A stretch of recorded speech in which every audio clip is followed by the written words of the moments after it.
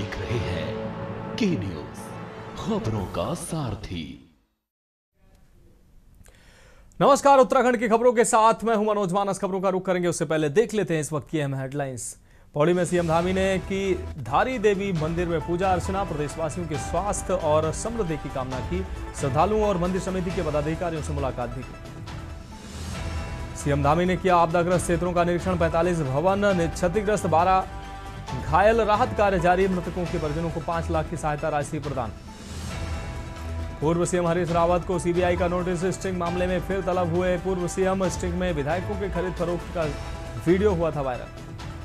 हल्द्वानी के बागजाला के निवासियों ने उठाई मालिकाना हक की मांग, प्रशासन पर नोटिस देकर उजाड़ने का आरोप, वोट बैंक बनाकर अधिकारों से वंचित करने का आरोप। गाजीपुर में पॉलीथीन के काले कारोबार का भंडाफोड़, 2 दुकानों से बोरियों में भरी पॉलीथीन बरामद। पर्यावरण के लिए खतरा, प्रशासन ने दिखाई सख्ती। और प्रदेश में मौसम विभाग की भारी बारिश की चेतावनी, 24 घंटे में मध्यम बारिश होने की संभावना। शासन की रिपोर्ट को गंभीरता से लेने के निर्देश। आप देख रहे हैं के न्यूज, खबरों का सारथी।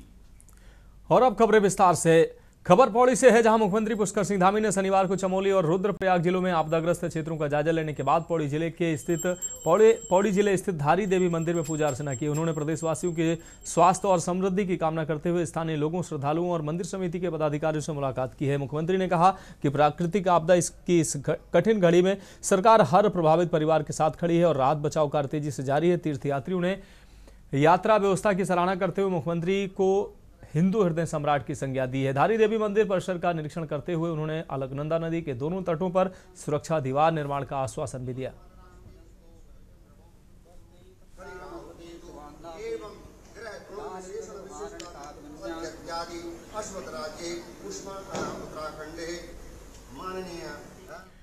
बढ़ेंगे अगली खबर की। उत्तराखंड के मुख्यमंत्री पुष्कर सिंह धामी ने आज चमोली जनपद के नंदानगर क्षेत्र में आपदा प्रभावित गांवों का स्थलीय और हवाई निरीक्षण किया है। उन्होंने कुंतारी, लगा फाली, सरपाणी, धुरमा, मोख कुंडी, बांसबारा और मोख मल्ला गांवों में भारी नुकसान का जायजा लिया और प्रभावित परिवारों से भेंट कर उन्हें हर संभव सहायता का भरोसा दिया है। मुख्यमंत्री ने मृतकों के परिजनों को 5 लाख की सहायता राशि के चेक प्रदान किए और राहत कार्यों की समीक्षा करते हुए अधिकारियों को विस्तृत आकलन के निर्देश दिए हैं।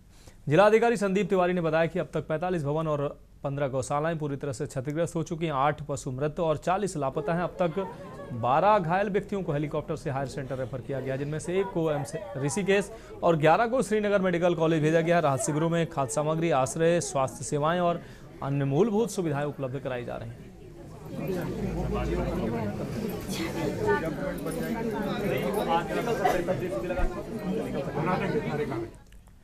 अब बढ़ेंगे अगली खबर की ओर। काशीपुर से अगली खबर है, जहां अलीखा मोहल्ले में संयुक्त टीम का छापा पड़ा है। नगर पालिका राजस्व विभाग की संयुक्त कार्रवाई हुई है। दुकानों के अंदर भारी मात्रा में पॉलीथीन बरामद हुई है। बोरियों में भरे पॉलीथीन के पैकेट मिले हैं। प्रशासन की गिनती जारी है। बरामद माल का आकलन करने में जुटी एटीएम। प्रतिबंधित पॉलीथीन पर सख्त कार्रवाई, पर्यावरण को नुकसान पहुंचाने वालों पर गिरेगी गाज। तो ये अहम खबर अपने दर्शकों को दिखा रहे हैं। बोरियों में भरे मिले हैं पॉलीथीन के पैकेट। उन पैकेटों को निकाला जा रहा है और गिनती की जा रही है, आकलन किया जा रहा है। बरामद माल का आकलन करने में प्रशासन जुटा हुआ है। अब बढ़ेंगे अगली खबर की ओर। खबर देहरादून से है, जहां सीबीआई का नोटिस प्राप्त होने पर पूर्व मुख्यमंत्री हरीश रावत द्वारा दिए गए बयान पर भाजपा सांसद नरेश बंसल ने दावा किया है कि पूर्व सीएम को नोटिस का जवाब देना होगा। सांसद ने कहा कि अगर हरीश रावत सरकार के कार्यकाल में कहीं कोई गड़बड़ी नहीं हुई है तो उन्हें स्पष्टता से जांच एजेंसी को जवाब देना चाहिए। उन्होंने कहा कि हरीश रावत तो वरिष्ठ नेता हैं और पूर्व मुख्यमंत्री हैं। इसके बावजूद चुनाव में 1.5 साल बाकी रहते हुए नोटिस को चुनाव से जोड़कर जनता को भ्रमित करना चाहते हैं। हरीश रावत जी कांग्रेस के इतने वरिष्ठ नेता हैं, प्रदेश के मुख्यमंत्री रहे हैं, वो ये जानते हैं कि जब चुनाव आते हैं तो आचार संहिता लग जाती है। अभी चुनाव 1.5 साल दूर है। या 1.5 साल तक सारी चीज़ों को स्थगित कर दिया जाए? कानून से संबंधित, विकास से संबंधित चुनाव तो आते रहते हैं, जाते रहते हैं, पर कुछ चीज़ें कंटिन्यूअस होती हैं। अब हरीश रावत जी ने जो कुछ किया उनको जवाब देना है उसका। उसमें क्या दिक्कत है? सीबीआई कभी भी नोटिस दे, उसका वो जवाब दे जो मांगा है। लेकिन हर चीज़ का राजनीतिकरण करना ये शोभा नहीं देता। बढ़ेंगे अगली खबर की ओर। खबर लक्सर से है, जहां गोरखपुर गोंडा रेलखंड में नॉन इंटरलॉकिंग कार्य के चलते 23 से 26 सितंबर तक 4 दिन का ब्लॉक लिया गया है। आपको बता दें, इस दौरान लक्सर से गुजरने वाली 5 प्रमुख ट्रेनें दोनों दिशाओं में रद्द कर दी गई हैं। आपको बता दें, जिससे यात्रियों को अगले सप्ताह रेल यात्रा में दिक्कतों का सामना करना पड़ेगा। मुरादाबाद रेल मंडल के सीनियर DCM आदित्य गुप्ता ने बताया कि 3rd रेल लाइन पर प्री NI और NI कार्य किया जा रहा है। इसके चलते अमरनाथ एक्सप्रेस, राप्ती गंगा एक्सप्रेस, जनसेवा एक्सप्रेस समेत कई ट्रेनें रद्द कर दी गई हैं, डाइवर्ट की गई हैं। कुछ ट्रेनें 3 से 4 घंटे की देरी से चलेंगी।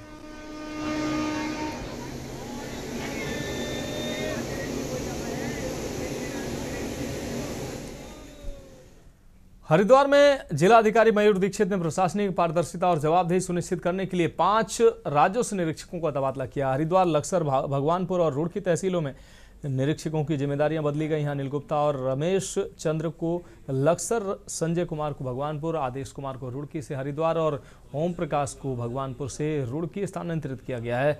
डीएम ने सभी उपजिलाधिकारियों को निर्देश दिए हैं कि वह तुरंत कार्यभार ग्रहण करें। सख्त कार्रवाई से राजस्व विभाग की कार्यप्रणाली को और अधिक चुस्त दुरुस्त बनाने की दिशा में कदम बढ़ाया गया।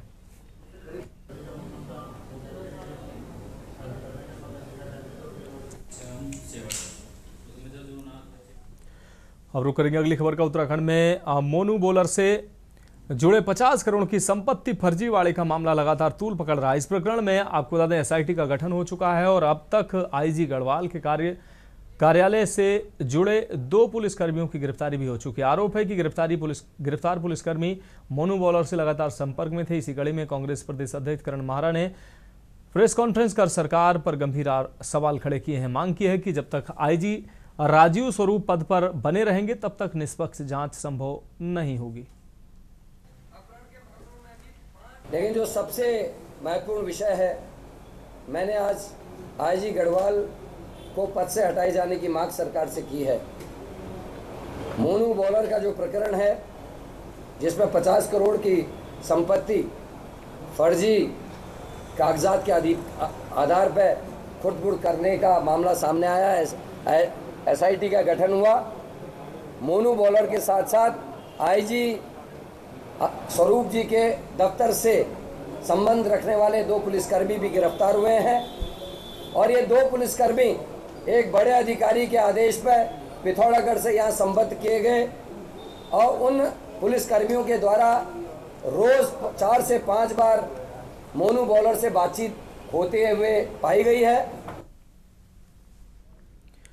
बढ़ेंगे अगली खबर की ओर। हल्द्वानी का चर्चित कशिश हत्याकांड एक बार फिर सुर्खियों में है। साल 2014 में हुई इस निर्मम वारदात में निचली अदालत और हाईकोर्ट ने मुख्य आरोपी को मृत्यु दंड की सजा सुनाई थी, लेकिन हाल ही में सुप्रीम कोर्ट से आरोपी बरी हो गया है। इस फैसले पर अब उत्तराखंड की धामी सरकार ने सख्त रुख अपनाते हुए केस को दोबारा खोलने का ऐलान किया है। हल्द्वानी के शीश महल क्षेत्र में 13 वर्षीय मासूम कशिश की हत्या ने पूरे प्रदेश को झकझोर कर रख दिया था। न्याय की लंबी लड़ाई के बाद परिवार और समाज को राहत तब मिली जब निचली अदालत और फिर हाईकोर्ट ने आरोपी को मृत्यु दंड की सजा सुनाई, लेकिन हाल ही में सुप्रीम कोर्ट से आरोपी को राहत मिल गई है, उसे बरी कर दिया गया है। सरकार का कहना है कि मासूम को न्याय में दिलाने की कोई भी कमी नहीं छोड़ी जाएगी। सरकार के इस ऐलान से कशिश के परिजनों और स्थानीय लोगों में एक बार फिर न्याय की उम्मीद जगी है।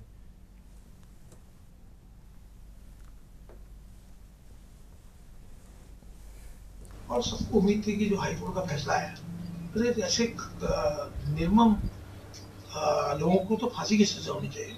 क्या कारण है?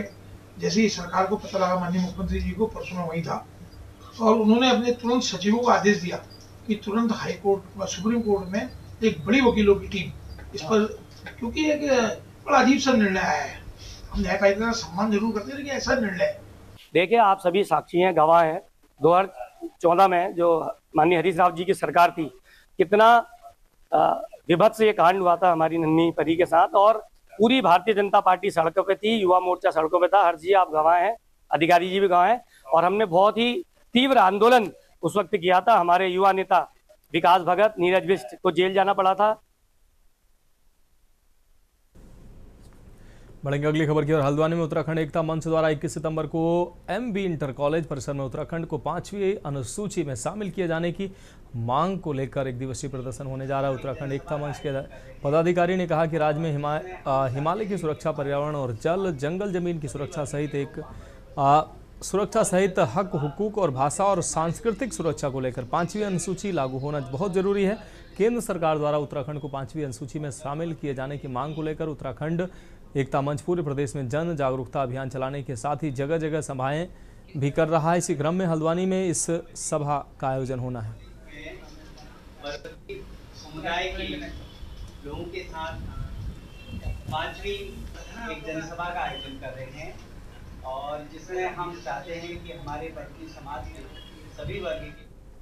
बढ़ेंगे अगली खबर की ओर। खबर डोईवाला से है, जहां प्रधानमंत्री नरेंद्र मोदी को जन्मदिन से शुरू हुए सेवा पखवाड़े के तहत स्वस्थ नारी सशक्त परिवार की थीम पर आधारित निःशुल्क स्वास्थ्य शिविर आयोजित किया गया है। क्षेत्रीय विधायक ब्रजभूषण गैरोला और नगर पालिका अध्यक्ष नरेंद्र सिंह नेगी ने संयुक्त रूप से शिविर का शुभारंभ किया। इसके बाद चिकित्सकों ने मरीजों को चिकित्सीय परामर्श सहित दवाइयां उपलब्ध कराई हैं। विभिन्न मरीजों को उनके स्वास्थ्य के मद्देनजर जांच कराने की सलाह सहित जांच सुविधा मुहैया कराई गई। विधायक ने कहा कि प्रधानमंत्री मोदी के नेतृत्व में देश जहां लगातार विकास की ओर अग्रसर है, इसी तरह भाजपा संगठन भी सेवा कार्यों में आगे बढ़ रहा है।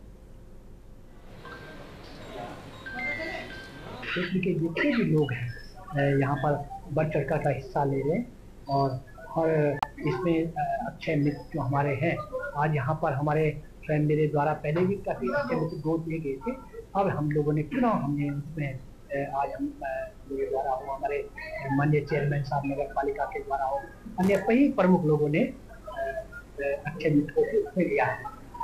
तो जो भी उनको स्वास्थ्य के लिए जो उनके लिए डाइट का होता है, ठीक होता है, सब हमको के द्वारा दिया जाएगा। साथ में अभी यहाँ पर ब्लड डोनेशन का भी कार्यक्रम यहाँ पर रखा गया है। उसमें हिमालय इंस्टीट्यूट जौलीग्रांट अस्पताल का भी बड़ा सहयोग है और यहाँ नर्सिंग स्टाफ है, फार्मेसी स्टाफ है, तो सब लोग इसमें सहयोग कर रहे हैं। एक स्पेशलिस्ट विशेष चिकित्सा शिविर लगाया जा रहा है। प्रधानमंत्री नरेंद्र मोदी जी के दिशा निर्देशों के क्रम में एक स्वस्थ नारी, स्वस्थ परिवार के को ध्यान में रखते हुए सारे नेशनल हेल्थ मिशन के प्रोग्राम्स को लेते हुए एक पूर्ण समेकित किस्म का एक हेल्थ कैंप लगाया जा रहा है। इसमें सारे स्पेशलिस्ट मौजूद हैं। हमारे जौलीग्रांट के डॉक्टर्स भी यहाँ पे आए हैं, हमारे खुद के जो स्पेशलिस्ट हैं वो भी यहाँ पे मौजूद हैं और सब मुफ्त जो जांचें हैं, सारा ट्रीटमेंट है वो निःशुल्क है। टीबी की जांच निःशुल्क है। हमारे सारे स्पेशलिस्ट जो हैं यहाँ पे मौजूद हैं। सुबह 8 बजे से आप भीड़ देख सकते हैं, बहुत ही ज्यादा मात्रा में पेशेंट इसका फायदा उठा रहे हैं। फिलहाल उत्तराखंड की खबरों में वक्त एक अहम ब्रेक का है, जल्द हाजिर होंगे। ब्रेक के बाद एक बार फिर से उत्तराखंड की खबरों में आपका स्वागत है। बढ़ेंगे अगली खबर की ओर। डोईवाला के लक्षीवाला स्थित मणिमाई मंदिर के आसपास शनिवार को स्वच्छता ही सेवा संदेश को आगे बढ़ाते हुए विशेष सफाई अभियान चलाया गया। इस अभियान में मेरा युवा भारत देहरादून के स्वयंसेवक और आपको बता दें CIMS संस्थान के छात्र छात्राओं ने उत्साहपूर्वक भाग लिया। स्वच्छता पखवाड़े के तहत 17 सितंबर से 2 अक्टूबर तक देश भर में सार्वजनिक स्थलों पर सफाई अभियान चलाया जा रहा है। इसी क्रम में मंदिर परिसर की सफाई कर स्थानीय लोगों को स्वच्छता का संदेश दिया गया। कार्यक्रम एवं खेल मंत्रालय से जुड़े परिवेश सिंह ने बताया कि अभियान का उद्देश्य केवल सफाई नहीं बल्कि समाज को जागरूक करना भी है। ये जो स्वच्छता पखवाड़ा चल रहा है 17 सितंबर से 2 अक्टूबर तक, इसके तहत आज हम CIMS कॉलेज के जो छात्र हैं और हमारे जो राष्ट्रीय स्वयंसेवक हैं उनके साथ एक मणिमाई मंदिर है जो टोल टैक्स के पास पड़ता है, उसकी मणिमाई के जो आसपास है उसकी स्वच्छता सफाई अभियान कर रहे हैं हम आज। हल्द्वानी के बुद्ध पार्क में आयोजित भूमि अधिकार सम्मेलन में बाग जाला सहित अन्य क्षेत्रों के निवासियों ने मालिकाना हक की मांग को लेकर जोरदार प्रदर्शन किया। प्रदर्शनकारियों का आरोप है कि प्रशासन उन्हें नोटिस देकर घर खाली करने को मजबूर कर रहा है और सरकारी योजनाओं का लाभ भी बंद कर दिया जा रहा है। लोगों ने कहा कि केंद्र और राज्य सरकारें चुनाव में उन्हें वोट बैंक की तरह इस्तेमाल करती हैं, लेकिन जब अधिकार देने की बात आती है तो उन्हें उजाड़ने की कार्रवाई शुरू कर दी जाती है। सम्मेलन में बड़ी संख्या में लोगों ने भाग लिया और भूमि अधिकारों की मांग को लेकर आवाज बुलंद की। जाला का आंदोलन चल रहा है, 33 दिन, आज 34वां दिन है। 33 दिन तक लोगों ने गांव में चलाया इस उम्मीद में कि प्रशासन की तरफ से, सरकार की तरफ से कोई नुमाइंदा आएगा, कोई प्रतिनिधि आएगा, बात करेगा। लेकिन जब 33 दिन तक नहीं हुआ तो हल्द्वानी में लाने को मजबूर होना पड़ा है। पहले भी हम लोग यहाँ आए थे, चेतावनी हम लोगों ने दी थी, लेकिन उसके बाद भी सरकार की क्यों नहीं रहेंगे। हम तो कह रहे हैं कि जिस तरह से दमोह डुंगा के लिए घोषणा की गई है। हम बाग जिले से आए हैं। हमारे बाग जिले में क्या कहते हैं, बाग जिले में नोटिस बढ़ गए थे पर के साल दिवाली के दिन, उससे पहले भी बटे, उसके दिवाली के दिन तो बढ़ गए थे, लक्ष्मी पूजा के दिन। तब से हम इतने परेशान थे तो हमने बहुत वो करा। तो उसके बाद हमको भारतीय किसान सभा मिला, मतलब बुलाया हमने अपने गांव में, तो इन्होंने हमको सहयोग दिया।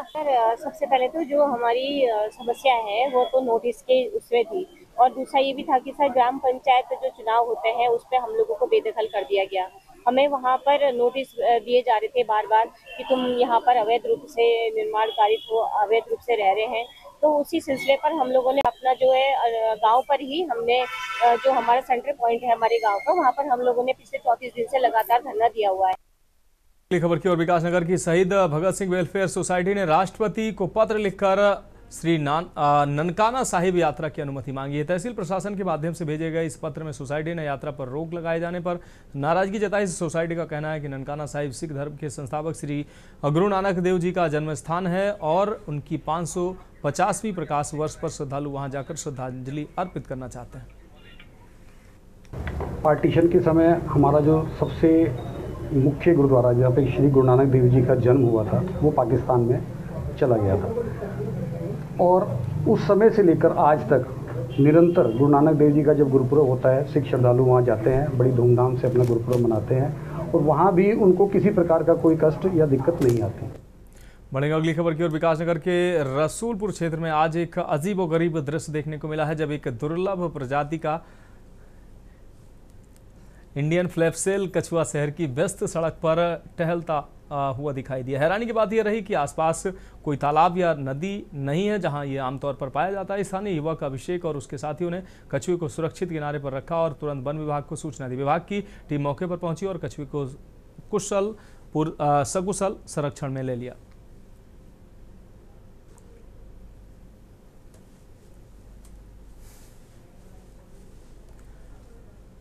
बढ़ेंगे अगली खबर की और। खबर बागेश्वर से, जहां कुमाऊं मंडल के बागेश्वर जिले में सेवा पखवाड़ा कार्यक्रम का आयोजन भगवती बैंक्वेट हॉल विकास भवन रोड पर किया गया है। इस अवसर पर निस्वार्थ सेवा से जुड़े व्यक्तियों को सम्मानित किया गया जिन्होंने समाज सेवा में उल्लेखनीय योगदान दिया। कार्यक्रम में भाजपा जिला अध्यक्ष प्रभा गढ़िया, बागेश्वर विधायक पार्वती दास और कपकोट विधायक सुरेश गढ़िया ने भाग लिया।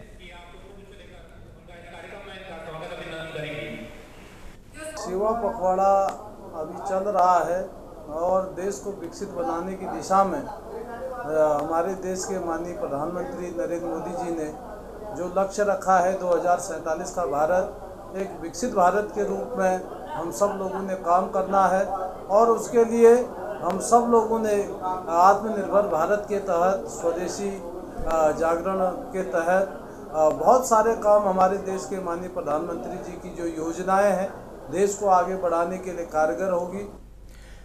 देहरादून पुलिस ने महिला और बाल अपराधों के प्रति संवेदनशीलता दिखाते हुए कोतवाली रायवाला क्षेत्र से गायब हुई नाबालिग लड़की को सकुशल बरामद कर लिया। परिवारी जनों द्वारा 17 अगस्त को दर्ज कराई गई गुमशुदगी की रिपोर्ट के बाद पुलिस ने इलेक्ट्रॉनिक सर्विलांस की मदद से 19 सितंबर को आरोपी शुभम को सेलाकुई शिवनगर बस्ती से गिरफ्तार किया। गिरफ्तारी के समय नाबालिग लड़की भी आरोपी के साथ मिली है। शुभम प्रेमनगर का निवासी है। पीड़िता के बयान के आधार पर मुकदमे में पॉक्सो एक्ट की धाराएं जोड़ी गई हैं।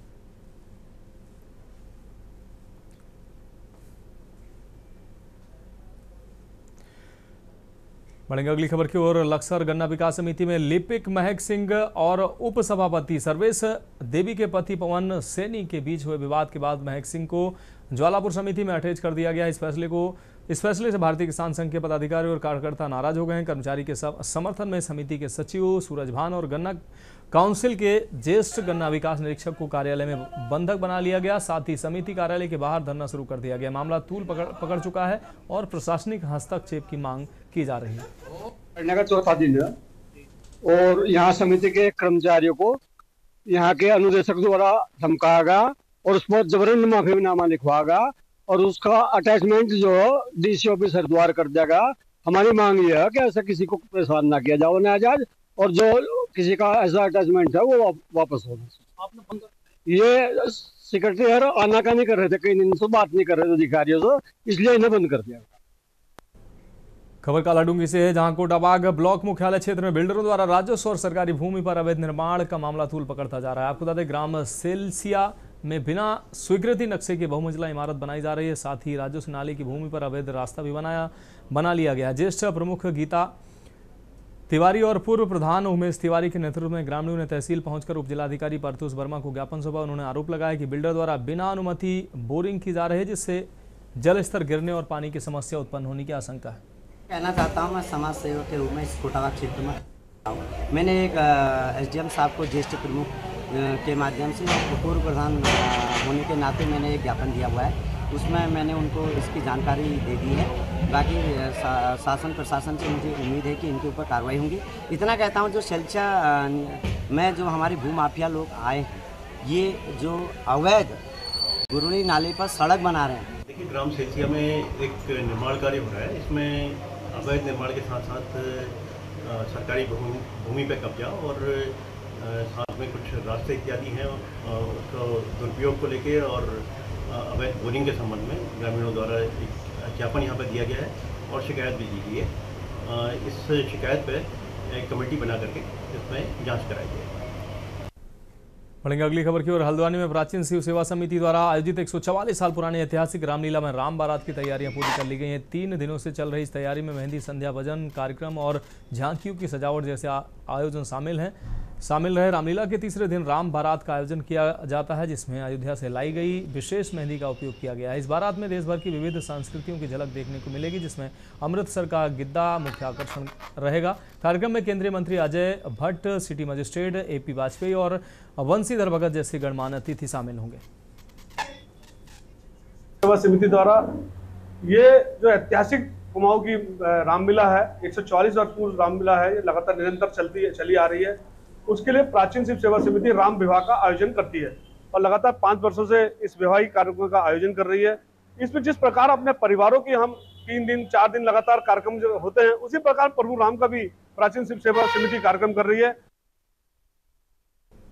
काशीपुर के अलीखा मोहल्ले में नगर निगम, राजस्व विभाग, प्रदूषण नियंत्रण बोर्ड और पुलिस की संयुक्त टीम ने छापेमारी कर भारी मात्रा में प्रतिबंधित पॉलीथीन बरामद किए। 2 दुकानों में बोरियों में पैक पॉलीथीन पाई गई, जिनकी गिनती और आकलन अभी जारी है। सरकार द्वारा पॉलीथीन पर सख्त प्रतिबंध के बावजूद काला कारोबार थमने का नाम नहीं ले रहा है। बरामद पॉलीथीन पर्यावरण के लिए गंभीर खतरा बनती जा रही है।